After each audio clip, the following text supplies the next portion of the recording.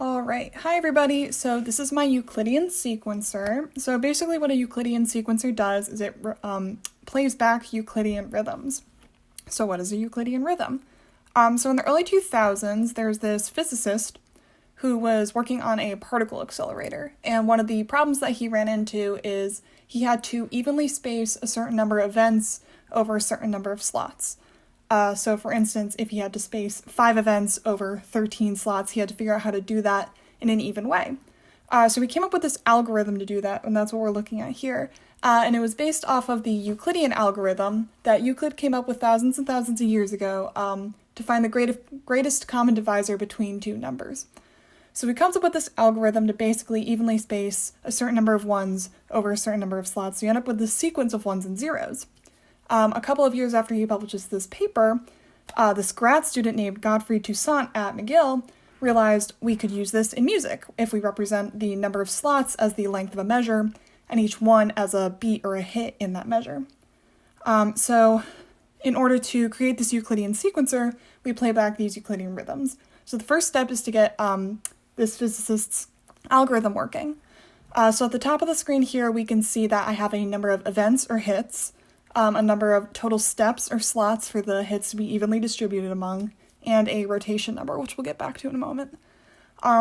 So these events and steps go through this algorithm, they go through this whole patcher, and eventually at the bottom you can see this output. Sorry, it's reversed right now. So you see this output. So if we have 4 events spaced evenly over 12 slots, it intuitively makes sense that we have 1 followed by 2 zeros 4 times in a row. That makes sense. It's a beat at the hit. A hit at the beginning of each measure for a measure of 3/4, say. The handy thing about this is that we can also use this rotation feature to basically change the starting point of where this output comes through. We also have a reverse functionality built in, so instead of having 1 followed by 2 zeros, we have 2 zeros followed by a 1. So this is outputted basically to something resembling the drum machine project, and we can play back this series of ones and zeros as a drum machine, so where each one is a hit and each zero is a rest. And so we end up with something really interesting.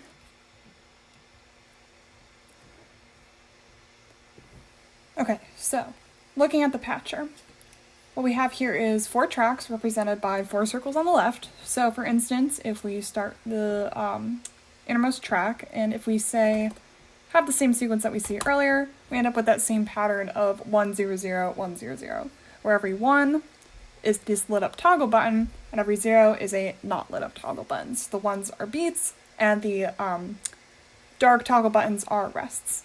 So we can play this.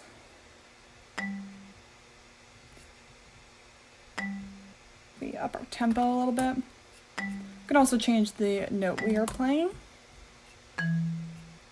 We can rotate it. And so the cool thing about a Euclidean sequencer, and the reason that it's used so often in electronic music, or I shouldn't say so often, but you can layer and make very cool sounds. Very interesting rhythms. So we can change the the tempo. We can sync them so that they both start at beat 1.